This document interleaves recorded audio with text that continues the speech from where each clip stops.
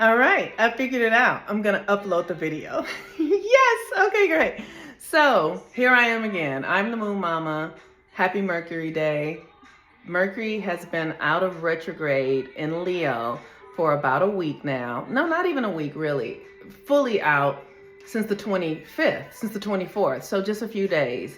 Mercury in Leo was our opportunity to lighten our hearts, to come back to the childlike, playful, creative energy that we have been endowed with through birth, right? But we lost it because we were in this experience that has been the Kali Yuga. And you guys hear me talk about that. The Kali Yuga is the dark ages.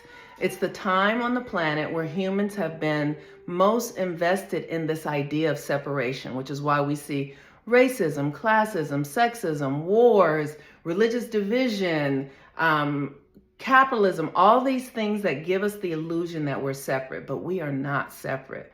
We are one. This reality that we live in is a hologram, and we are projecting it. And because we've been in the Kali Yuga is actually a time frame of darkness where the sun in the heavens has been projecting a shadow based upon the placement to the earth that has given us the illusion that we are separate, not giving us our powers, our intuition, our psychic abilities, because there's been so much thoughts of separation. Them over there, they did this, look at them, that's wrong.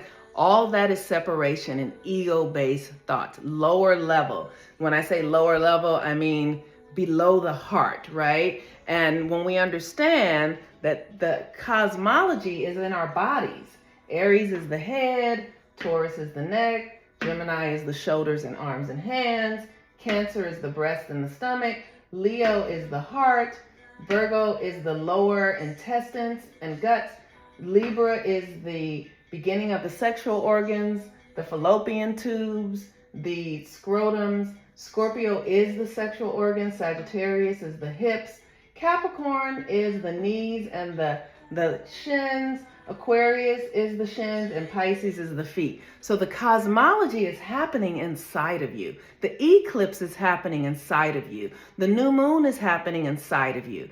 And what this is the balance of the masculine side of ourselves and the feminine side of ourselves. The thinking part of ourselves and the feeling part of ourselves. And what's coming online right now is the more feeling part is beginning to take its role again. The feeling has been suppressed in this Kali Yuga. We have been taught to ignore our feelings. We've been taught to deny what we actually feel. So that has to be uncovered. It has to be revealed. The things that, somebody said something that hurt your feelings when you were 3 years old, that's still in your body. That's still held somewhere. You're holding that somewhere. And as we're moving through these eclipses in Virgo, because Virgo is in the body and the gut, you're being asked to let go of these things and to release, to become free of it, to lighten up. Now, when I was studying Kemetic, and I always study Kemetic stuff because that is the original that I can access. I also study Hindu stuff because they also have a lot of the original materials. But Kemetic, they have Anubis, and Anubis holds the threshold between life and death. Anubis says, if your heart is light as a feather, you can balance the scales. Well, where are the scales? The scales are Libra. So when the sun goes into Libra on the day that we have that eclipse in Virgo, what people are going to begin to experience is where they are in the balance. So if you're still full of fear and scarcity and pain and suffering, your life is going to begin to really project that because it needs to be cleaned. But if you have been doing the work and you're lighthearted and open-hearted, you will experience more of that because that is what is inside of you. It's as above, so below. So while we are in this window, this eclipse window, where we just had a new moon in Virgo, we're going to have a full moon in Pisces. Pisces is release, surrender, Then we're going to have another new moon eclipse in Virgo. And that gives us the opportunity to release everything that no longer serves us. And then if we have done that, we cross through into the Libra sun energy, and the scales are balanced. If you've done the work to balance the scales. And if you have not done the work to balance the scales, you can begin to do the work to balance the scales between your own masculine self and your own feminine self. What is your masculine self? Masculine is how you move through this reality with mission, purpose, and a clear strategy on what you're up to, who you are. The feminine is your internal world. It's your feelings, your emotions, your imagination, your ability to integrate the external and the internal. So wherever you are in your capacity to do those things is what's going to show up in your life.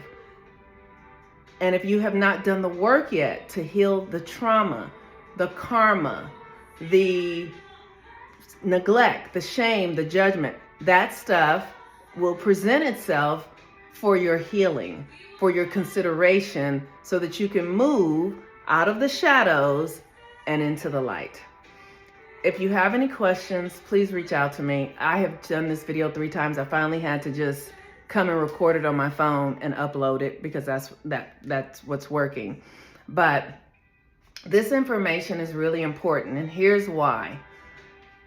Because we have been in the universe, it all functions in cycles, right? Everything is cycles. And what I've discovered as Black people, especially as a Black woman, it's been really challenging, impossible for me to surrender and submit to human beings because of everything is corrupt here. So when I really wanted to find a way to submit, I started studying cycles because this is God's language. God speaks in cycles. And I can submit to that, and it always balances out my life in a way that submitting to another human being would never. So we have been in the last 18 months going from new moon to full moon. The new moon is the feminine and the full moon is the masculine. So it has been Aries new moon, Libra full moon, Taurus new moon, Scorpio full moon, Gemini new moon, Sagittarius full moon, Cancer new moon, Capricorn full moon, Leo new moon, Aquarius full moon, Virgo new moon, Pisces full moon. So then we're going to have a Pisces full moon, and then we're going to have another Virgo new moon. And instead of having another Pisces full moon, it's going to go backwards, which is a shift in the cycle. And it's going to be an Aries full moon.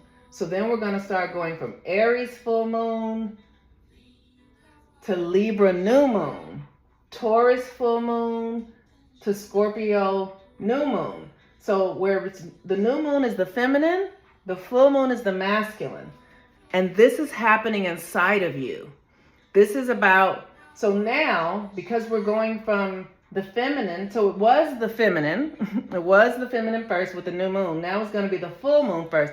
And the full moon is about your masculine energy. It's about acting with purpose and mission and strategy and, and a warrior spirit. It's literally asking you to become a new person in the physical world reality, because this reality is masculine because you can see it with your eyes. Anything you can see with your eyes is masculine, including yourself. Anything that you cannot see is feminine. But the feminine work is ruled through ritual and practice and intention and imagination and embodying the feeling. And then you live into that in your masculine self.